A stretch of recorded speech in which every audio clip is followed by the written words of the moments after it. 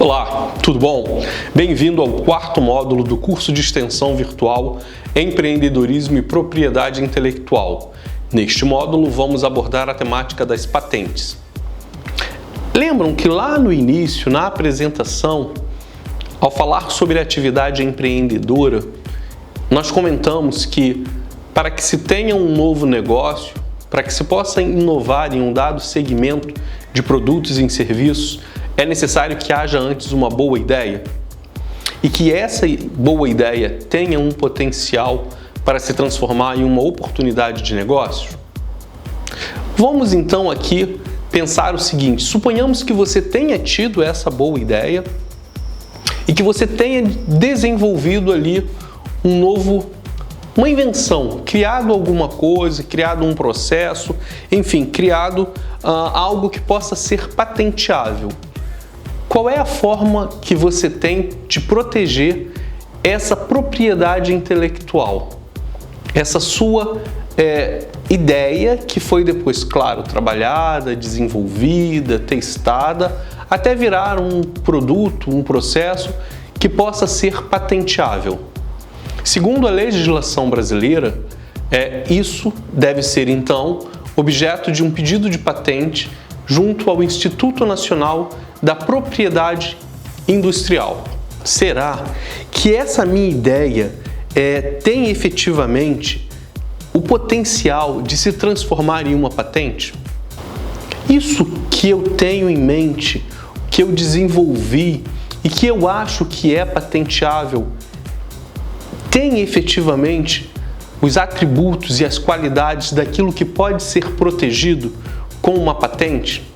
Mas qual é a diferença entre uma invenção e uma descoberta? Quais são os atributos que a criação, a invenção deve ter para ser patenteável? Quais são os caminhos que eu devo percorrer institucionalmente para patentear a minha ideia? Quais são os formulários? Quais são os requisitos? O que eu devo fazer em termos de passo a passo para preservar o sigilo de minha informação e garantir a proteção desse meu ativo, dessa minha propriedade intelectual? É sobre isso que conversaremos nesse módulo a partir de agora. E para começar, inaugurando o módulo, você sabe qual é a diferença entre uma descoberta e uma invenção? Não? Vejamos então. As patentes são um ativo de propriedade intelectual. A propriedade intelectual é um sistema que atua para a proteção de toda a criação do intelecto humano.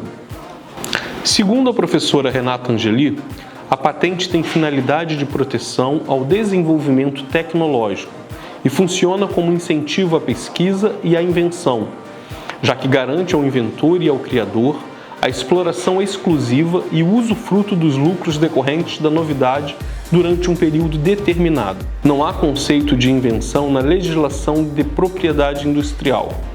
Mas pode-se dizer que invenção é tudo aquilo que se inventa, que se cria e que pode ser explorado economicamente, como aliás nos avisa Serpa em sua publicação de 2013. Mas qual a diferença entre uma invenção e uma descoberta? A descoberta é uma observação de um fenômeno já existente na natureza, como, por exemplo, a radioatividade ou a lei da gravidade. Isaac Newton descobriu, ao observar a maçã cair, que existia uma força que atraía as coisas para o chão. Sua descoberta, a lei da gravidade. Já a invenção consiste num trabalho intelectual que pode ser um produto ou um processo e que, de maneira geral, resolve um problema técnico. Hoje, vários dos apetrechos, aparelhos, equipamentos tecnológicos que nos cercam são resultados dessa inovação e desse desenvolvimento tecnológico. Mas falemos mais especificamente da diferença entre descoberta e invenção. A descoberta se refere ao ato de encontrar ou explorar algo que já existia, mas não era percebido antes. Algo que é encontrado, ainda que não seja reconhecido. Normalmente a descoberta está ligada às ocorrências naturais e resultam de exploração ou de descobertas propositais ou acidentais, mas de algo que é pré-existente, portanto que já existia na natureza e que não pode ser patenteado. A invenção, por sua vez, é a criação ou design de um item ou processo que nunca existiu antes, com ideias e desenvolvimento próprios. A invenção está ligada ao desenvolvimento de algo original e avançado. Artefatos, dispositivos, processos científicos ou artificiais e a experimentação. Resultam de experimentos que são concebidos propositadamente. Não existiam antes, portanto, eram inexistentes e aí foram criados pelo homem. Entenderam? Vamos explorar um pouco mais então o universo das patentes. As patentes, foco desse nosso módulo, classificam-se em patentes de invenção e modelos de utilidade. Qual é a diferença da patente de invenção para o modelo de utilidade?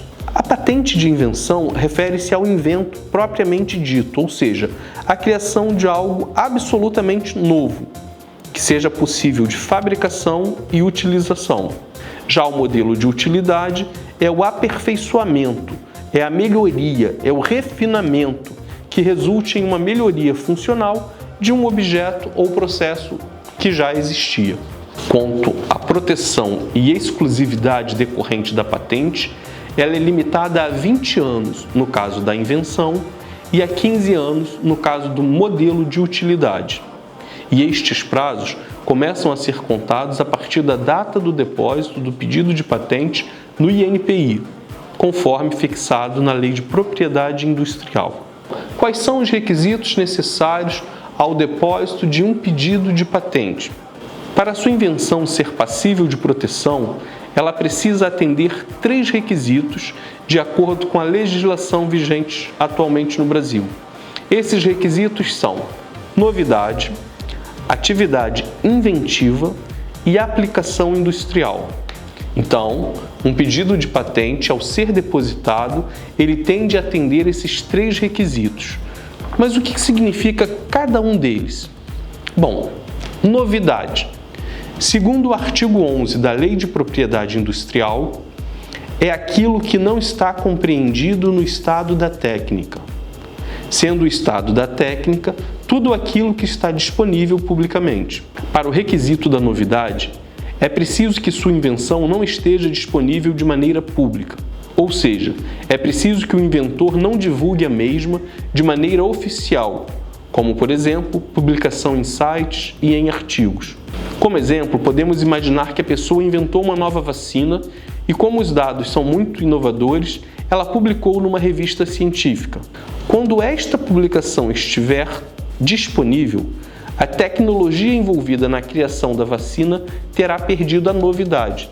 E por isto, se o inventor quiser depositar a patente, ela vai ser indeferida porque não apresenta novidade. Então, inventor, atenção, criou algo, preserve o sigilo. Segundo requisito, atividade inventiva. O artigo 13 diz: a invenção é dotada de atividade inventiva sempre que, para um técnico no assunto, não decorra de maneira evidente ou óbvia do estado da técnica. A atividade inventiva traz o conceito de não obviedade. Ela não pode ser simplesmente uma junção daquilo que está disponível para o público. É preciso estabelecer um conceito inventivo. Em outras palavras, tem atividade inventiva quando não for óbvia para um técnico no assunto. Como, por exemplo, podemos imaginar que alguém descobre um novo elemento químico como o rádio. Esta descoberta não tem efeito inventivo. No entanto, quando for por intermédio deste elemento e o homem criar uma máquina ou um processo, aí sim existe um ato inventivo. Ou seja, não basta apenas que seja novo, tem que ser inventivo. Por fim, o último quesito, aplicação industrial. O artigo 15 diz: a invenção e o modelo de utilidade são considerados suscetíveis de aplicação industrial quando possam ser utilizados ou produzidos em qualquer tipo de indústria, ainda que seja passível de reprodução. Como exemplos, podemos citar o computador, os medicamentos, todos os objetos que podem ser reproduzidos. Bom, além dos 3 requisitos, existe uma condição para a patente ser deferida, que é a suficiência descritiva.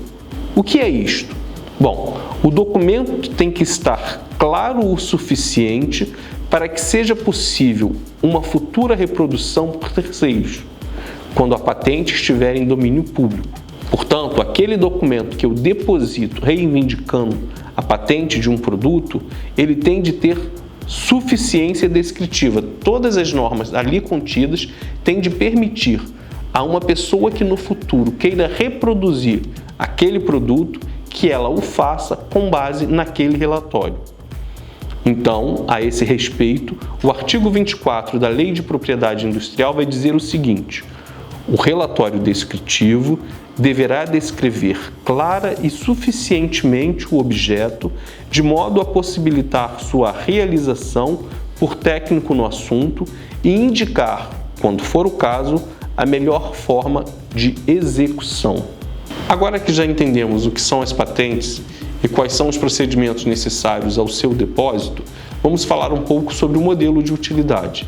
Ele está previsto na legislação de propriedade intelectual da seguinte forma: o modelo de utilidade é o objeto de uso prático ou parte deste, suscetível de aplicação industrial, que apresente nova forma ou disposição, envolvendo o ato inventivo, que resulte em melhoria funcional no seu uso ou em sua fabricação.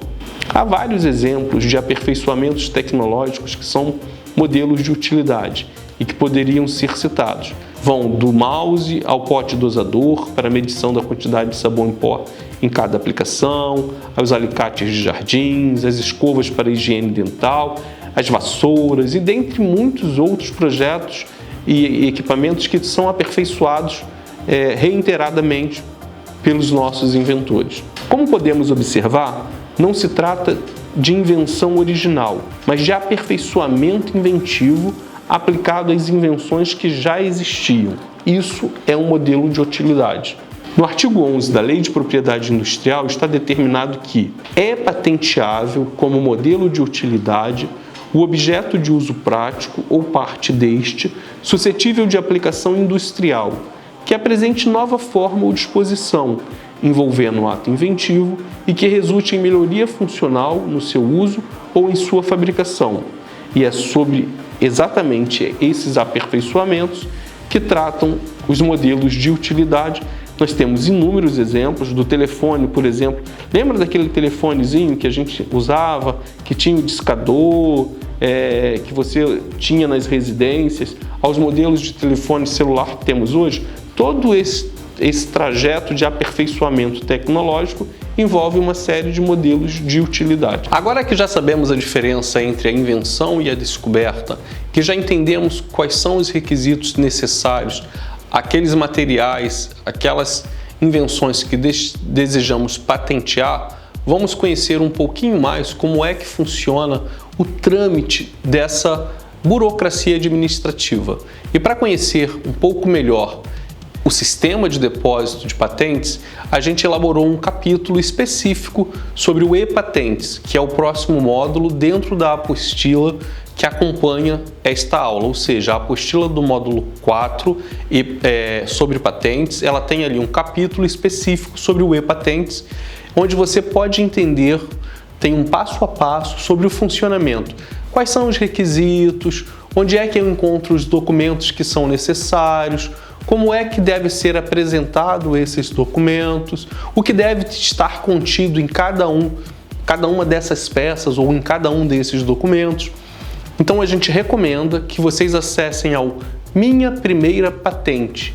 O Minha Primeira Patente é um passo a passo com esclarecimentos que orientam o inventor sobre os procedimentos que ele deve seguir para efetuar o seu depósito de patentes. Além disso, também neste módulo, nós temos ainda indicadores de depósito de patente no cenário nacional por área de atuação, para que vocês possam ter uma ideia sobre como é que o sistema patentário impacta na nossa economia e no nosso desenvolvimento tecnológico. E por fim, tem ali uma explicação bem interessante sobre o funcionamento do e-marcas, né? Sobre os trâmites que são necessários de serem observados por você, usuário, que está querendo depositar uma patente. Assim, onde eu me cadastro, como eu faço para gerar a GRU, onde é que eu anexo os determinados documentos que são necessários para efetuar o pedido de patente. Então está tudo muito mastigadinho, tudo muito explicadinho. Espero que esse material colabore para que vocês possam efetivamente reivindicar a patente das suas criações, dos seus inventos. E agora, no nosso curso, nós vamos para o último módulo, que é o módulo Negócios Virtuais.